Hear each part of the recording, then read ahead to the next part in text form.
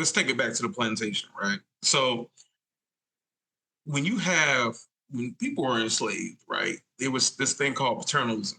You know what paternalism is, right? So I feel like it's akin to that because you think everything white is the best way to go. You know, white businesses, clothes made by white people. That's why I want some black people don't go to black business because they I'm gonna go to this chicken plate spot over here that's owned by these white people because I think it's better quality. It might be a worse quality. I feel like all of that stuff fits together, and has trickled down into like this, contemporary times, today. And I think we're all we all have our biases, and we've even built biases within ourselves against white people. I know I have. I tell my friend all the time, it's like I don't trust white women because throughout time I feel like white women have literally been the catalyst of the destruction of whole cities of black people. I mean, Rosewood, you know what I'm saying?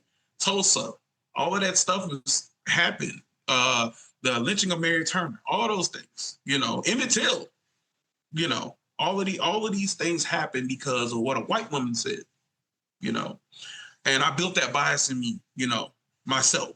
Even though I'm a light skinned black man. But that's another thing. And that's a colorism thing, but that's a whole other thing. But we can get into that. we should get into colorism a little bit. Yeah. But I'm just saying that I just notice as I sit and think about things, because I always do a reflection after every day throughout the day about my interactions with everybody. How did I respond to conflicts? And my therapist told me to do this. I go to therapy as a black man. I know I think all people actually, especially black people, need therapy. Because being black in America is traumatic within itself. So I just noticed the biases in myself against white people, other black people, like you said, other racialized black people. Yeah, I mean, I would say for myself, man, I recognize my bias was definitely strongly against other black people when I was growing up. I more internalized, not necessarily that white is right. I never really took that on because I could see the delusion of that, like from early on. I was like, these people are delusional. I had someone tell me that I only got into Duke University, because I was black. But this, this same person, they were upset because they didn't get in and I got in, and they thought somehow they deserved it over me. But like we knew each other's test scores because we communicated about that. And mine were better, and I had more AP classes and everything, like better extracurriculars. Like down the line, I was like, on paper, more qualified than him, and yet he still thought that. I was always thinking like, wow. Like these people just make it up, Right. in order to make it true. And we can see that now with like the presidency and the Republican Party. My bias was heavily about black inferiority. I had taken that on a little bit, not necessarily for myself, but thinking of myself as not necessarily the exception, but like someone who somehow found my way out of that, right? Or like was not necessarily wading through those waters.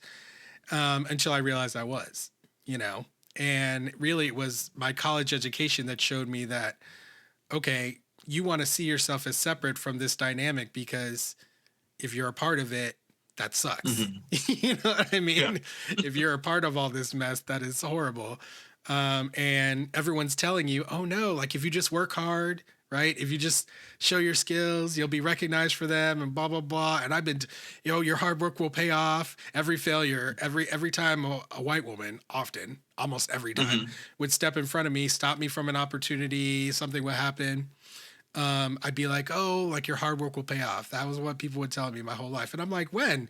I start asking this question, when is my hard work going to pay off? And why hasn't it paid off? Like, why do people keep stepping into my way in order to stop me from getting opportunities, advancing myself, and, just reflecting upon that, seeing seeing the way I was treated, seeing my own thoughts, right? Reflecting upon like, why do I think that about this person?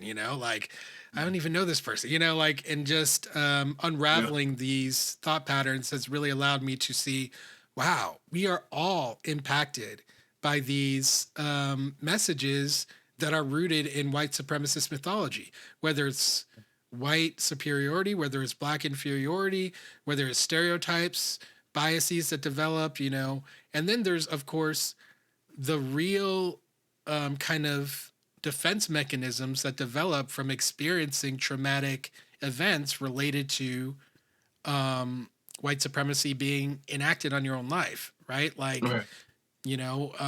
Maybe you're not put in the same exact position as Emmett Till, but you can be put in danger in 2025 by the word of a white woman Yeah. just as well. The first thing that comes to my mind is there was this father and son, racialized black father and son, checking into a hotel, and this woman just accused the son of I, stealing her cell phone mhm. and ended up Yeah. like just attacking him physically. I heard You that. know? Yeah, I saw the video. Yeah, Yeah. yeah. I mean, there's so many instances, that, Mhm. but this is just the one that just came into my mind right away. But yeah, it's still just as dangerous for a racialized black man out here. Yeah. Truthfully. Um, Totally. so, so we both have these kind of experiences where we have to deal with our biases, right, and kind of work our way through that and understand that that's exactly what they are. They're biases, right? And it doesn't necessarily reflect reality, even though there is a reality of racism and white supremacy in the country. Very difficult thing to do, right? A needle to thread, especially when it's your literal life that's on the line, depending upon Mhm. how you exist in this world, right? As a black person. Right. So, Thanks for watching. For access to the full-length conversation and all of the 2-hour-long unedited conversations that I've had on race, click the support link in the description below. Thanks for your support and see you next time.